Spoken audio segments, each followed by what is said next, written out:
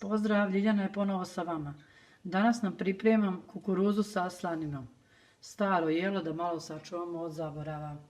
Namirnice koje nam trebaju je bijelo projino brašno, ali pravo ono, ne instant, nego pravo projino brašno, suva slanica i sol. U projino brašno dodamo malo soli. To ćemo poslije da izmiješamo. Sad slaninicu iseckanu bacimo na vreo tiganj.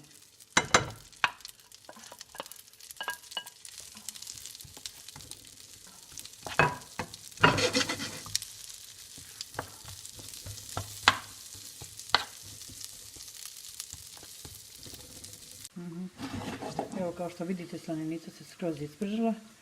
Sad ćemo da ju ubacimo u projino brašno. Kukuruzu.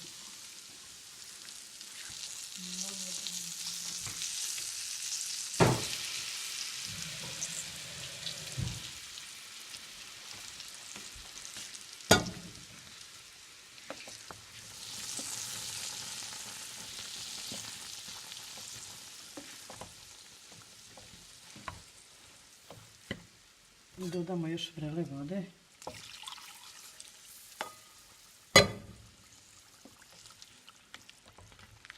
I sad kad ga dobro izmiješamo, ostavimo ga jedno 15 minuta da odstoji. Onda ga poslije pečemo.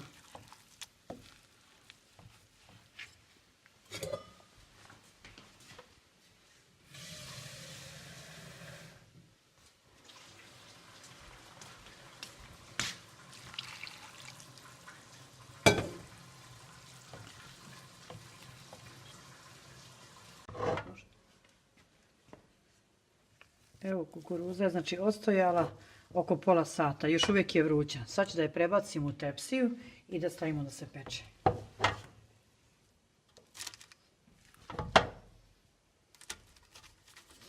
Treba će još malo vode pošto je povukla. Znači sipamo toplu vodu vrelu.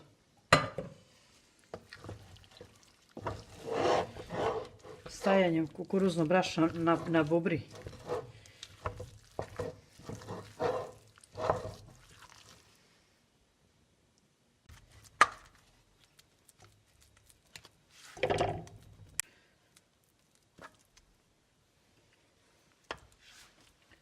Odozgo malo ovako zagladimo sa malo vodice, znači još da dobijemo lijepu koru kad se ispeče i naša kukuruza ide na pečenje.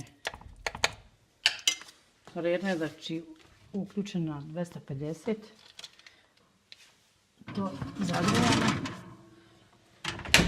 smanjit ćemo i na nekih 200 stepeni i neka se peče.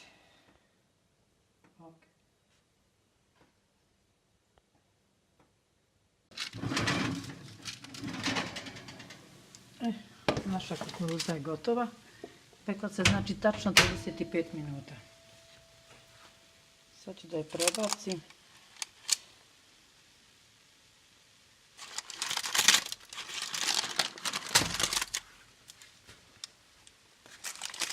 Sad ću malo da poklasim samo krpu i da stavim odozgo.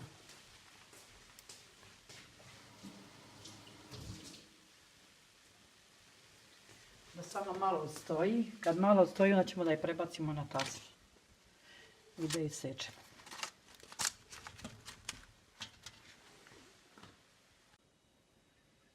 Evo, kukuruza je malo ostojala pod vlažnom krpom, sad sam je isekla. Ukus je fantastičan, verujte mi. Prijatno, vidimo se.